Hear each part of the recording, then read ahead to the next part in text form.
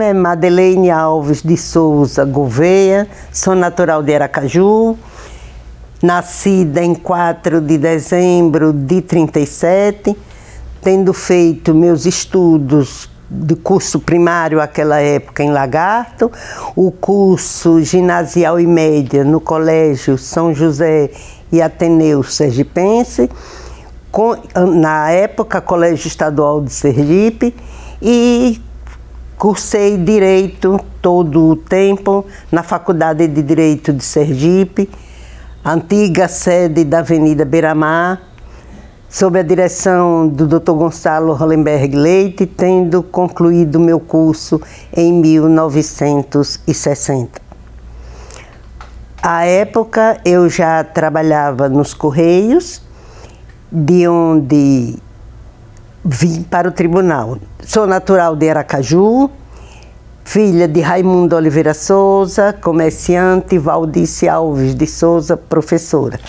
Passei uma parte da minha infância em Lagarto, onde fiz meu curso primário, e depois passamos a residir em Aracaju. Minha mãe trabalhava naquela época como professora no grupo escolar Silvio Romero, mas a família dela era toda daqui e de Laranjeiras. Então, para o meu nascimento, eu vim para aqui, ela veio para Aracaju, onde eu nasci, e retornamos para Lagarto. Quando eu tinha 10 anos, viemos morar aqui em Aracaju, onde eu passei a estudar. Olha, muito boa como a infância de todas as crianças que tiveram a sorte de viver um pouco no interior. A tranquilidade, o contato com a natureza, o privilégio de estudar numa escola que à época representava um avanço, porque não havia castigo físico, só as crianças eram alertadas quando não se comportavam adequadamente, e eu achei minha infância muito boa. Minha mãe trabalhava no grupo escolar Silvio Romero, mas eu estudava numa escola particular, menor, com uma professora que tornou-se depois uma grande amiga da família. E era uma criatura maravilhosa, indescritível. E a quem eu devo muito da minha formação. Lourdes de Faro Ludovice. Ela era uma pessoa, antes de mais nada, serena. E é tudo de que criança gosta, é de uma pessoa serena, embora firme, mas era serena. Segundo, porque como ela não residia em Lagarto, ela tornava-se naturalmente amiga de todos os alunos e dos pais dos alunos, que constituíam o grupo de relações dela. Isso nos fazia conviver com ela não apenas durante o horário da aula, como nos nossos momentos de lazer. Foi uma experiência muito boa para mim. Fui interna durante 3 anos no Colégio São José, que à época era um colégio particular de freiras, hospitaleiras portuguesas, então eu fiz até o 3º ano, e no 4º ano, já para me preparar para o 2º grau, eu fui para o Colégio Estadual de Sergipe. À época, sob a direção da professora Maria Tete Nunes, uma grande professora deste estado. A professora Tete. Ela foi minha professora de geografia no Colégio São José, e quando eu vim para o Ateneu, ela era a diretora do colégio e minha professora de geografia. Foi quem abriu minhas portas para a diversidade dos países e de tudo o que acontecia no mundo. Ela era uma pessoa extremamente instruída, competente e séria. Uma das mulheres mais fabulosas deste estado. Acho que ela ainda não recebeu o reconhecimento devido. Sim, era o colégio onde tudo acontecia, né? Porque inversamente ao que acontece hoje, a educação pública, na minha época, era educação de alta qualidade, de ponta. Nós tínhamos professores altamente qualificados.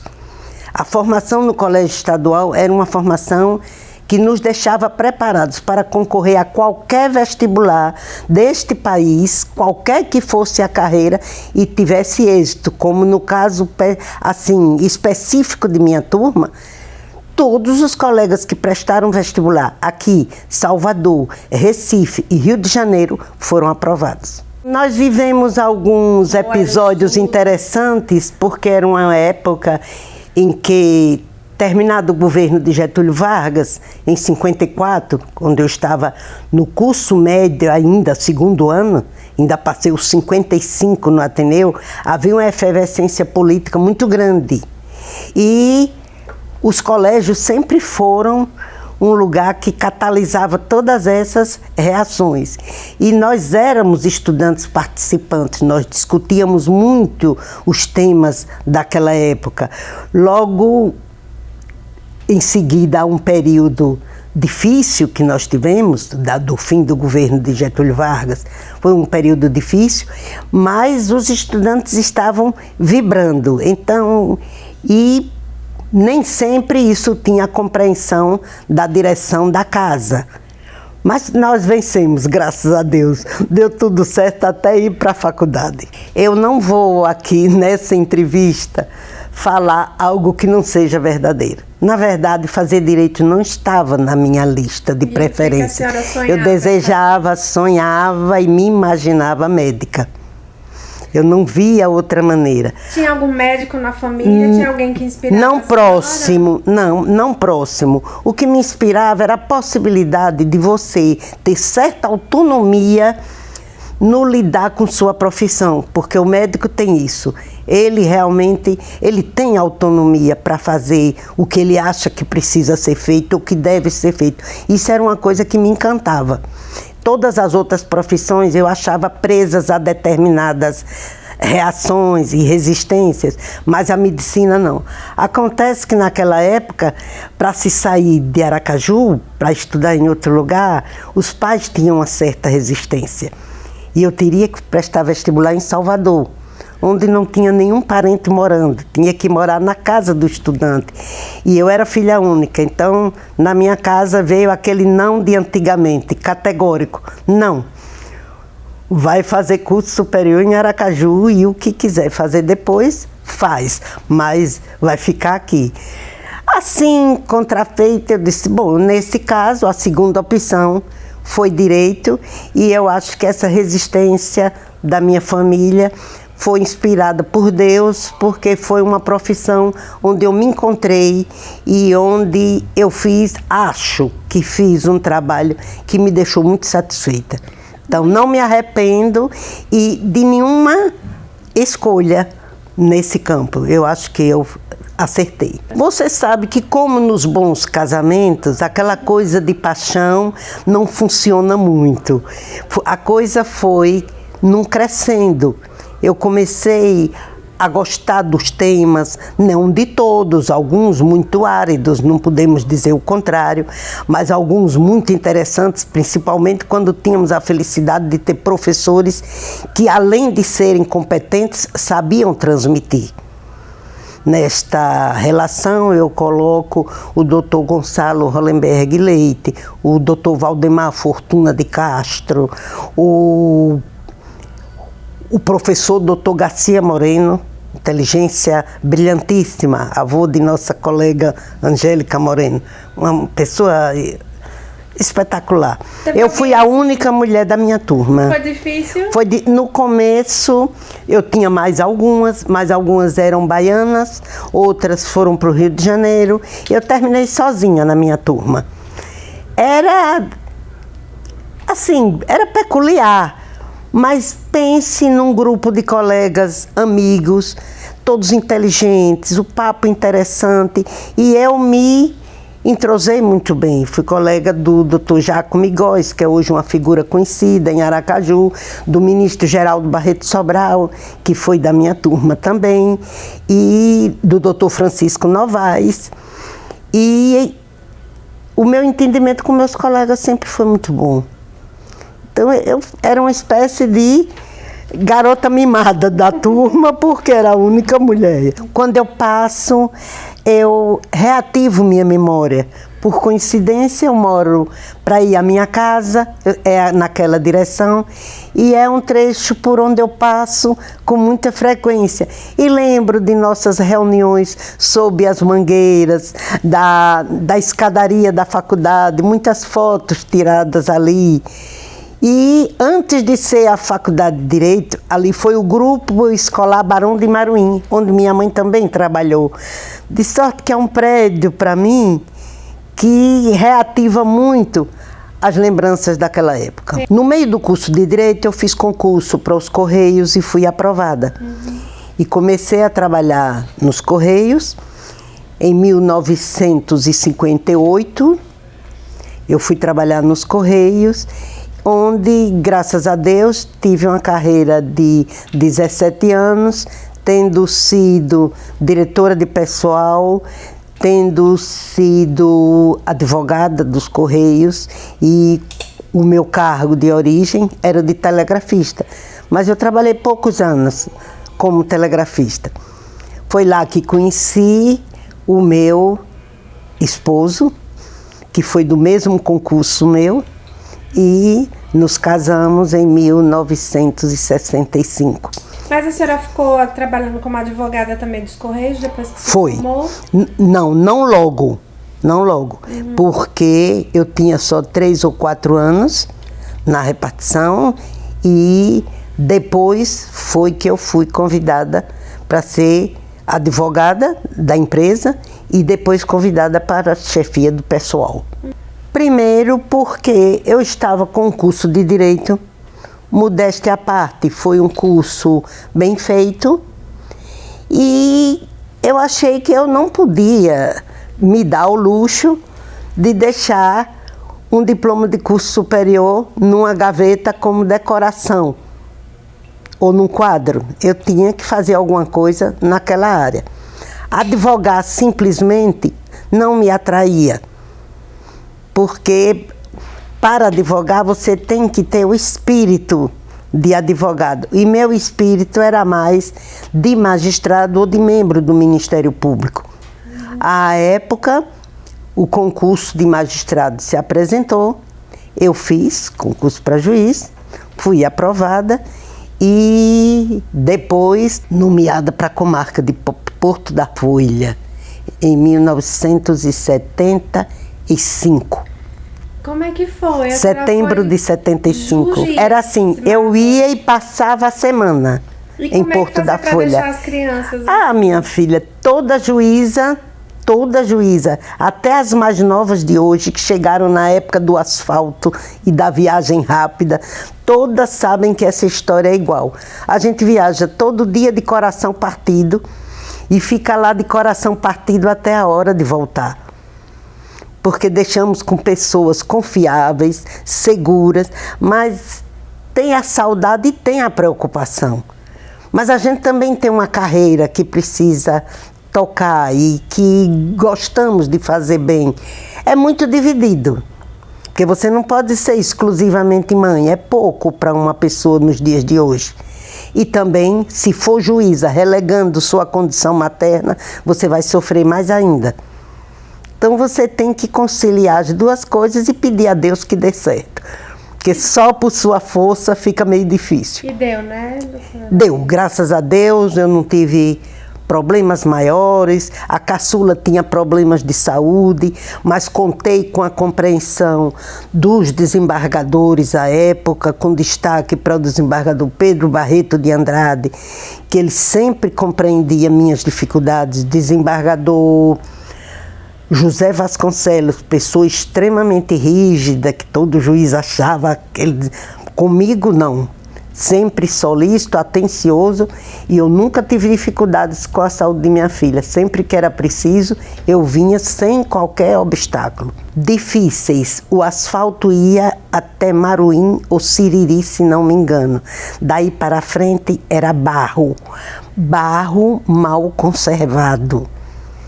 A viagem era uma peregrinação. A senhora ia sozinha? Às vezes eu ia sozinha, às vezes quando meu esposo estava liberado ele ia comigo.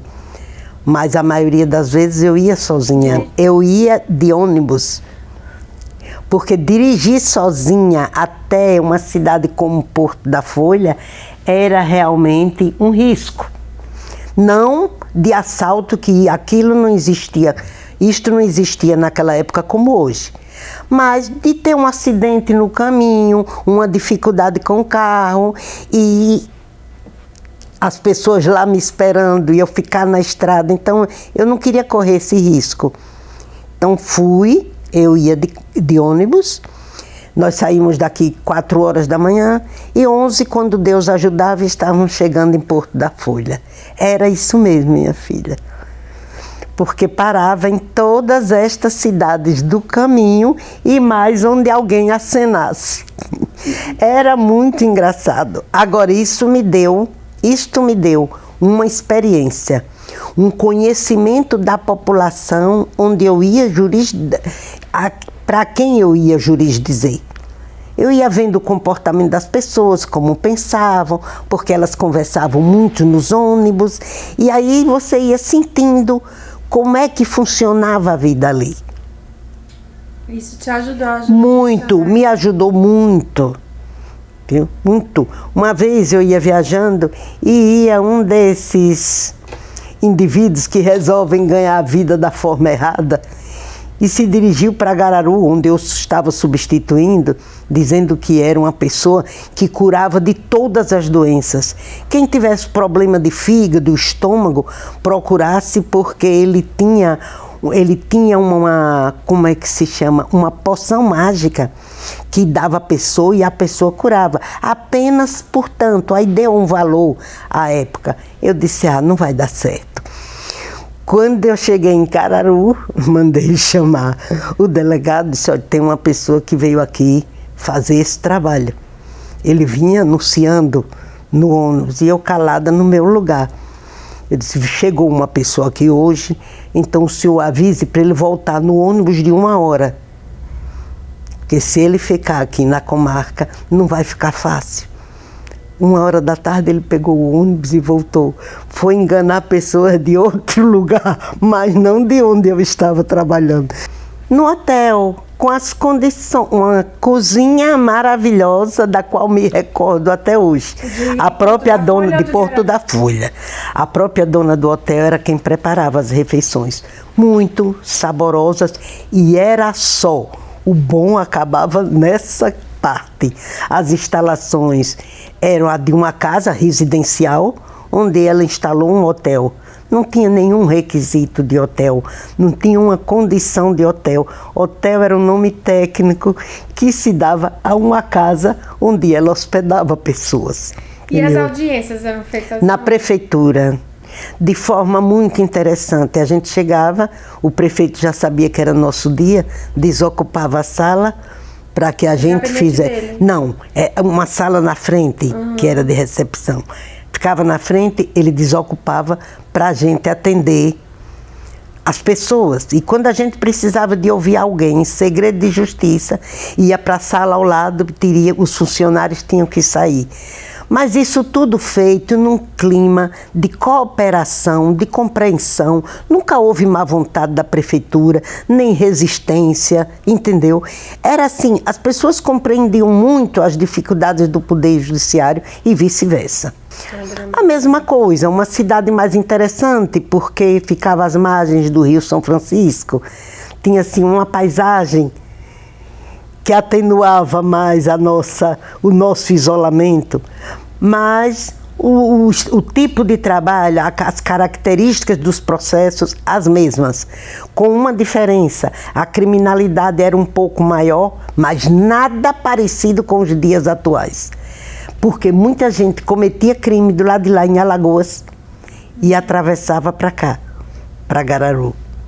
Então nós tínhamos de lidar com essa situação, mas também muito tranquila. De lá eu fui para Japaratuba. Aí era como se já estivesse em casa. Mais próximo, né? Bem mais próximo. E a cidade outro... Não, minha filha, o primeiro lugar que eu fui trabalhar, que tinha um fórum, foi Riachuelo. Um fórum, entre aspas. Era uma sala e pronto. E assim, dependências, uma parte de serviço, toalete, essas coisas. Mas só isso. De Japaratuba, a senhora foi para Riachuelo, de Riachuelo veio para Aracaju? Fui para Lagarto. Eu passei 13 anos no interior. Eu acho que poucos juízes passaram no interior o tempo que eu passei. Passei 13 anos. De lá fui para Lagarto e de Lagarto vim para aqui, para Aracaju. Lagarto tinha uma estrutura melhor? Tinha uma estrutura bem melhor, mas o tempo que nós estávamos lá, eu tratei logo de diligenciar, eu já estava com mais experiência, a cidade que eu sabia que tinha condições de conseguir um espaço para construirmos o fórum à altura da cidade. Lagarto é uma cidade muito desenvolvida, não podia ter um fórum restrito a uma sala e uma saleta atrás. Então foi construído um fórum, na época, se eu não estiver enganada, era o ministro Fontes de Alencar, que estava no tribunal, à época da construção.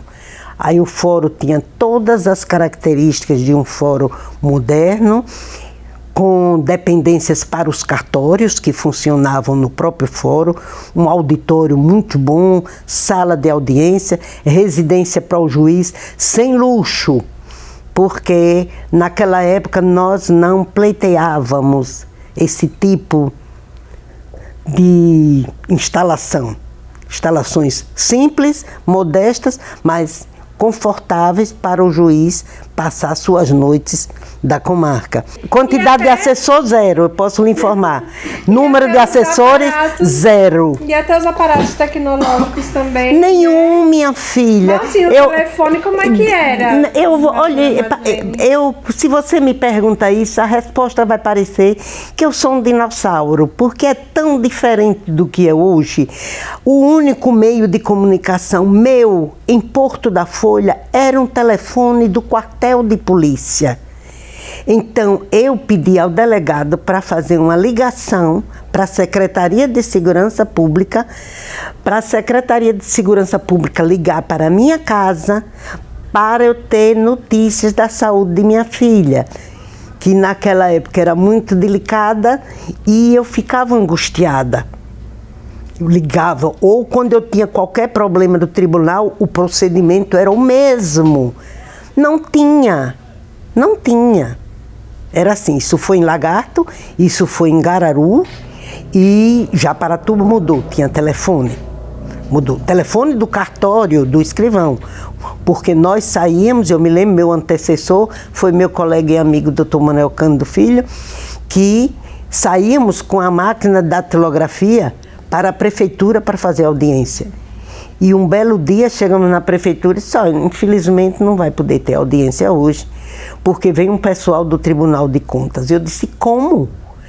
Vem um pessoal do Tribunal de Contas e não pode ter audiência. Tem volta o porteiro dos auditórios, ou foi o próprio escrivão com a máquina de datilografia, e eu e o promotor, porque não podia ter audiência. Eu procurei o desembargador Barreto Prado, que é cidadão de Japaratuba, filho de Japaratuba.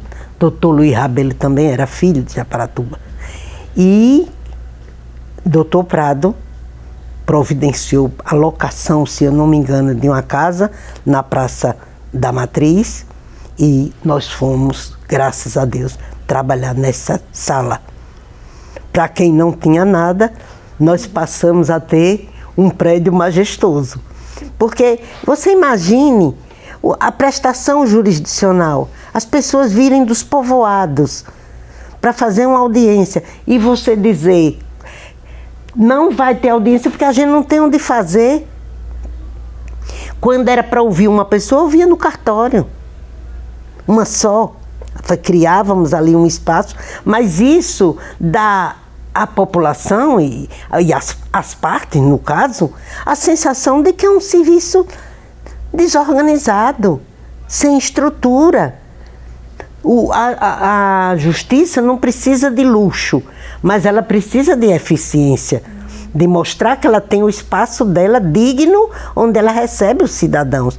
E isso é um discurso de antigamente, porque hoje, graças a Deus, isso não se vê mais. Vim direto para a vara de família. Quantos anos a senhora ficou em vara de família? Eu lhe digo agora, de 88 a 2007, 19 anos. 19 anos. Mas aí foi onde eu realmente me encontrei. Por que, desembargadora? Porque o nosso presidente vai entender isso muito bem. Eu sempre achei, e acho até hoje, que a família é a base da sociedade.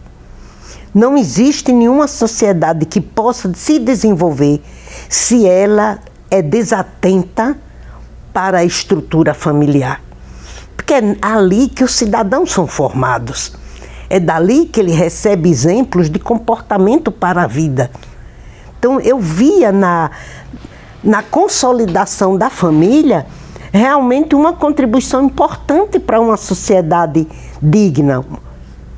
Eu via isso e lutei durante todos estes anos para que os casamentos não se desmanchassem. E na hipótese melhor, porque em determinados casos isto é a única solução para pacificar os ânimos, que isto acontecesse da forma mais civilizada possível. Sempre fui capaz de intuir, sentir e coibir a pressão de qualquer das partes. E às vezes as pessoas podem se iludir e achar que só os homens fazem isso. Eu acho que você não pode ver a vida por um olho só. Você tem que ver a vida, um casal é formado de pessoas. Então, se tem um que cria dificuldade, o outro também pode criar. Se numa situação foi o homem que agiu mal, em outras é a mulher que age mal. E nos casos mais infelizes são os dois que estão agindo mal. E isso também acontecia. Mas esse trabalho nunca me cansou. Mas então a senhora não julgava friamente, a senhora conversava com as pessoas? Não, um juiz não pode julgar friamente. Ele está julgando fatos praticados por pessoas. O juiz não pode ser um Papai Noel, um benevolente. O juiz não pode ter a preocupação de ser amado, de ser querido, por ser bom. Esta não é a virtude do juiz. A virtude do juiz é procurar a justiça, mas a justiça para pessoas humanas. Se ele pega uma lei que vai funcionar mal naquele caso, ele tem que se esforçar para encontrar a interpretação adequada para produzir efeitos benéficos. Porque se um casal chega e diz, não, nós queremos nos separar, você olha e vê que há uma possibilidade ainda, que tem algum olhar de uma parte ou de outra, que é um olhar denunciador de que ainda existem sentimentos fortes. Você não pode desmanchar um casamento desse. E aí a senhora fazia o quê? Marcava outra audiência para dia. Olha, vocês vão voltar e vocês vão pensar e voltam daqui a tantos dias. Ah, mas nesse dia não posso. Na véspera pode. Eu sempre achava lugar. Sempre achava lugar. E não me arrependo, eu não tinha CNJ. Então eu queria que as pessoas recebessem um julgamento que as satisfizesse. E aconteceu alguma vez, a senhora lembra de algum caso que a senhora deixou eles pensarem um pouquinho e viu que quando eles voltaram, na verdade, a senhora nem precisou resolver a situação? Já vieram com a situação resolvida. O tempo é o senhor da razão, entendeu? Já vi, porque no momento da fúria ninguém resolve. Olha, eu separei casal que depois casei. Separei, foi feito divórcio, depois eu casei. E eles quiseram casar comigo. Por quê? Não sei, talvez eles tivessem entendido que alguma coisa eu tivesse dito, alguma palavra que calou. E isso que eu estou lhe dizendo, eu tenho muito orgulho de dizer, não era uma característica minha só. Todos os meus colegas de vara, o doutor Cesário e a doutora Suzana, tinham condutas idênticas. Eram pessoas que se sentiam felizes em dar o direito com essa qualidade. Então, isso foi um período muito bom para mim. Tive alguns dissabores funcionais, mas que já procurei esquecer, já botei no fundo do baú. E o que restou foi justamente essa sensação agradável de encontrar hoje pessoas que eu nem lembrava. E as pessoas olham para mim, doutora Madeleine, eu digo, sou. Ah, a senhora não se lembra, mas a senhora foi juíza no meu processo assim, assim, assim, assim. Que bom ter encontrado da senhora, tudo de bom, lhe desejo saúde. São pequenas coisas que lhe deixam felizes. Se alguém sai aborrecido com você, tenha certeza que ele não vai voltar para lhe desejar nada de bom. Ele até evita. A senhora também foi juíza eleitoral, né? Fui. Muito tempo? Muito tempo, na segunda zona. Depois fui juíza no Tribunal Eleitoral e depois presidi a casa. Por quê? Gostei, porque a política é a coisa mais próxima da realização do direito. A política é o caminho pelo qual a gente procura a realização da justiça. De certo modo é. Por quê? Você cuidar da saúde da população, você cuidar da educação da população, você cuidar da segurança da população. Tem nada maior, nada igual a fazer justiça do que isso. Né? E eu sempre, em minhas reuniões com os partidos, com os eleitores, eu procurava mostrar a eles o que a justiça eleitoral fazia. Era da equidade na escolha. Se não existisse a justiça eleitoral, seria uma guerra sem controle. E ela precisava fazer esse papel, de não deixar que inescrupulosos, poderosos ou não, que inescrupulosos tomassem o espaço dos homens de bem. É este o trabalho da justiça eleitoral. E eu gostei de ter feito isso. A senhora, quando chegou à presidência, já tinha bastante experiência, então? Já. Né? Já. Quando eu cheguei à presidência da casa, eu já conhecia os servidores dali. Por sinal, não me canso de dizer que formam um corpo muito qualificado e dedicado. Pessoal da Justiça Eleitoral. Sem embargo dos daqui. Mas como lá é menor, então a gente tem a possibilidade de ver todo o quadro. E presidindo fica mais fácil ainda, porque você vê isso de outro ângulo, né? Gostei muito, gostei de ver como eles se preocupavam, até às vezes, até chegavam a ser insistentes em alguns momentos, para que tudo corresse da melhor forma possível. Gostei. Do TRE, foi no ano de 2007. Foi, depois, 2007, então, senhora... assumi. No ano seguinte eu já fui para o TRE. Foi o biênio todo que a senhora foi? Não terminei, porque minha aposentadoria né? interrompeu. E eu nunca me empenhei neste processo de promoção. Nunca me empenhei em nenhuma delas. Nenhuma delas. E o que é da gente sempre chega. Quando chegou a minha vez, eu estava ali esperando e vim. Não me incomodei pelo tempo, porque a experiência foi ímpar, muito boa também. Embora, pelo tempo que eu fiquei no juízo singular, tenha achado esse o melhor período da minha carreira de magistrada. Foi esse que eu passei aqui em Aracaju. Já com mais experiência, numa vara especializada, onde eu estava realmente satisfeita com o que fazia. Fiquei na Câmara Cível, se eu não estou enganada, na segunda. Mas então foi um período que valeu a pena também? Muito, pela experiência. O que a senhora gostou mais de ser desembargadora? A experiência de trabalhar em colegiado é diferente, né? A experiência de colegiado é diferente. Talvez que se eu tivesse passado mais tempo, pudesse sugerir alguma coisa, mas do tempo que eu passei, eu tive apenas de cumprir minhas obrigações e fazer meus julgamentos da melhor forma possível, à altura dos meus colegas. Mas o que eu gostei mesmo foi desse intercâmbio, desta troca na hora dos julgamentos, destas avaliações e de plantar algumas sementes. Porque quando você tem um colega na Câmara com o qual você se identifica, é muito bom. Porque há uma troca de opiniões e você pode lançar algumas ideias ou recebê-las que vai mudar seu convencimento ou melhorar seu convencimento e também mantê-lo tal qual você achava. Isso aconteceu muitas vezes. Muito poucas, porque o tempo foi muito pouco, mas eu me recordo agora de uma onde havia quase que um hábito das pessoas procurarem o judiciário para comprar remédios acima de valores razoáveis. A pessoa queria aquele remédio e vinha para o judiciário.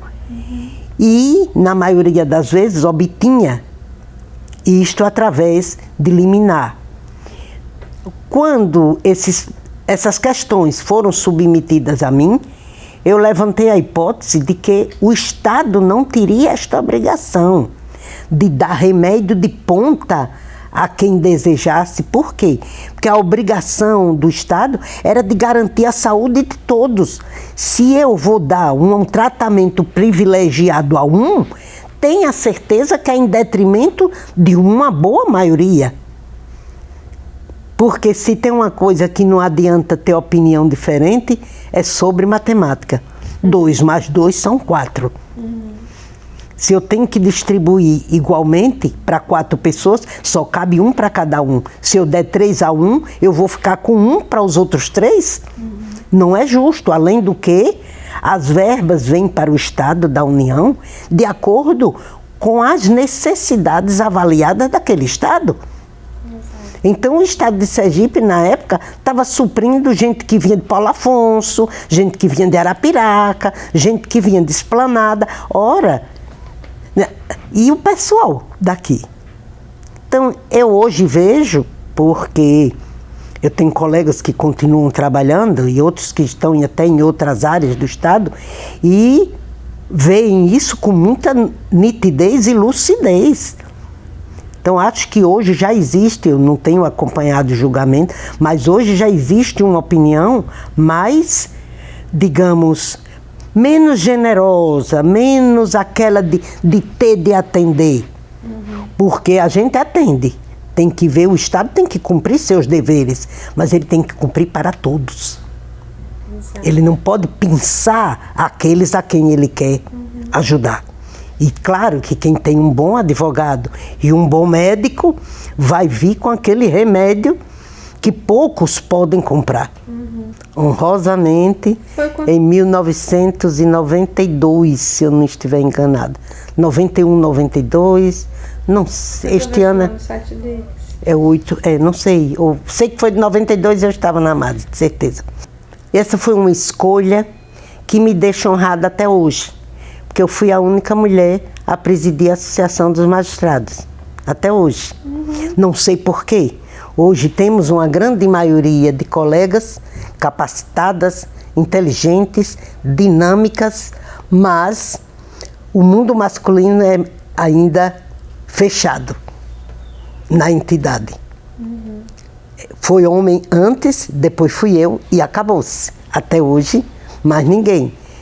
Sem querer fazer qualquer avaliação, mas sinto que já é a hora da classe escolher outra mulher para presidi-la. Aí é o princípio da igualdade e do equilíbrio. São tão capazes quanto. Todos nós sabemos disso. Nós tivemos aqui figuras femininas extraordinárias no tribunal e na magistratura em geral. Na nova magistratura, inclusive. Eu tenho visto manifestações, trabalhos de colegas que eu tenho a maior admiração e acho que elas deviam ter este direito, esta oportunidade de representar sua classe, o que fariam de forma magistral. Se reclamamos tanto direito para as mulheres lá fora, vamos usá-lo aqui também. Né? Na nossa época, devo dizer, a associação tinha mais um caráter social, de aproximação das famílias, embora, muito honrosamente eu devo dizer que ali, desde a gestão do Dr. José Emílio da Costa Sobrinho, José Emílio do Nascimento, foi o presidente que me antecedeu, e na minha gestão, formamos um núcleo de estudos na AMASE, núcleo esse que foi a célula geradora da Escola da Magistratura. porque nós entrávamos em contato frequente com outras associações, recebíamos informações de procedimentos, de teorias novas, e o Rio Grande do Sul era pioneiro nisso. Através do ministro Sávio de Figueiredo Teixeira foi criada a Escola Nacional e Sergipe entrou, na época era ESMESE, Escola da Magistratura de Sergipe, presidida pelo desembargador Arthur Dério, foi seu primeiro diretor. E a AMASE tinha este papel. Ela não era um papel exclusivamente de política de classe. Ela tinha um papel de criador de ideias e teorias para funcionar melhor. Porque, você sabe, o estado de Sergipe é o estado de Sergipe, a Bahia é a Bahia. A dinâmica da Bahia não pode ser a dinâmica daqui. Nossas comarcas mais distantes ficam a 2 horas de carro. Na Bahia dá 7 horas, dá um dia. Então, só isso torna os programas, as ideias e os projetos diferentes, né? Exato. A realidade econômico-social de Santa Catarina não é a de Pernambuco. Mas precisamos de ouvi-los a todos e ver do deles o que é que a gente pode tirar para o nosso. A doutora Aparecida Gama elaborou alguns manuais nesse sentido. Não sei, a desembargadora Mariusa não sei, mas eu me lembro bem da doutora Aparecida, que ela preparou, ela era da vara criminal à época, ela preparou um manual de procedimentos, ou seja, a associação tinha um trabalho efetivo de colaborar com o juiz na melhoria do seu trabalho. Que bom. Isso sem qualquer diretoria, sem qualquer cargo. Era feito assim, de maneira muito simples à época. Hoje a associação cresceu, a associação hoje é uma entidade poderosa com diversas diretorias, onde acredito isto seja feito com maior eficiência, com a dinâmica maior, mas em nossa época era assim. A senhora chegou a dar aulas também em algum curso de direito ou não? Minha filha, eu dei várias aqui, principalmente para juízes que estavam chegando. Tive a felicidade e a honra de ser escolhida várias vezes para falar para os novos colegas. Inclusive, recentemente, eu e a doutora Rosalgina estivemos aqui para ministrar informações, passar experiências para uma turma que foi nomeada recentemente e que me pareceu muito boa. Pessoas preparadas. Espero que formem a nova elite da magistratura sergipana. Em primeiro lugar, descer da nuvem em que alguns se encontram. O juiz pisa no chão, como todos os seres humanos. O juiz não está acima do chão. Quem fica acima do chão são as leis e as instituições. O juiz tem que estar ali. O juiz precisa tratar o seu jurisdicionado com lhaneza, com educação, com atenção. E isso não sou eu que digo. Era a própria lei da orgânica da magistratura que exige. Mas, circunstancialmente, alguns podem se esquecer, deixar que o seu temperamento aflore. E isso não é bom para a nossa reputação.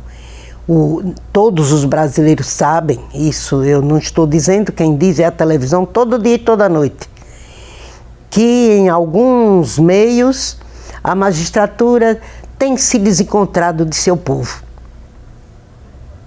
Tem imaginado que pode fazer o que bem entender. São equívocos grandes, porque a nossa passagem pela vida é muito rápida, quanto mais pelos cargos. A vida é rápida e os cargos são mais ainda. Então você tem muito pouco tempo para fazer o que é certo, o que é bom e o que é justo. Não pode desperdiçar com vaidades. Você tem que me chamar de excelência. Se ele é um advogado, ele conhece o tratamento e ele lhe chama pelo prenome porque quer lhe desafiar, é uma coisa. Mas um homem simples do campo, ele não sabe se é para chamar de excelência. Ele chama vosmecê, ele chama a mulher de Dona Maria, entendeu? Ele chama as pessoas como ele aprendeu, mas ele não está lhe ofendendo. Ele só não sabe como é o certo. E não é isso que vai importar na sua vida. Então, o que eu alerto para os meus colegas, porque para o lado intelectual e profissional não preciso dizer nada, eles vêm muito preparados hoje. Eles vêm muito preparados. Agora, aprendam a lidar com as pessoas. Porque vamos pegar hoje o estado que está na moda, que é o estado do Rio de Janeiro e a cidade do Rio de Janeiro. Eu não posso me referir a um morador de bairros como Leblon, como Ipanema, como Jardim Botânico, como quando eu falo para uma pessoa que mora no Alemão ou que mora na Maré. Muitos deles não sabem o que é que juiz faz. Ele só sabe que juiz prende e solta. Ele não sabe de como é formado o Poder Judiciário, se tem hierarquias, não sabe. Porque as escolas não ensinam isso. Pelo contrário, estão ensinando o que tem de mais errado no mundo, como, por exemplo, como desmanchar uma família. Então, eu me limito a dizer aos meus novos colegas isso. Respeitem seus jurisdicionados. Trate-os bem, para que eles gostem da justiça. Não de você. Não de você, para que eles gostem da justiça, para que eles, além de gostar, confiem na justiça e possam trazer a ela o seu problema. Porque se ele não confia na justiça para trazer o seu problema, sabe a quem ele vai levar o problema? Para um chefe que vai explorar a necessidade dele e trocar por um voto, dado a uma pessoa errada. É um chefe de gangue que chega e diz, vou resolver para você, e resolve de forma criminosa. Então, a justiça tem que ser próxima do cidadão. Nisso, não vai nenhum interesse nem ideia de colocar a justiça num patamar de companheirismo, não é isso. Quero que entendam que ele tem que mostrar ao cidadão que a justiça vale o que ele contribui. Que mesmo sem pagar imposto, o homem simples do campo, o trabalhador, contribui para que o judiciário seja pago.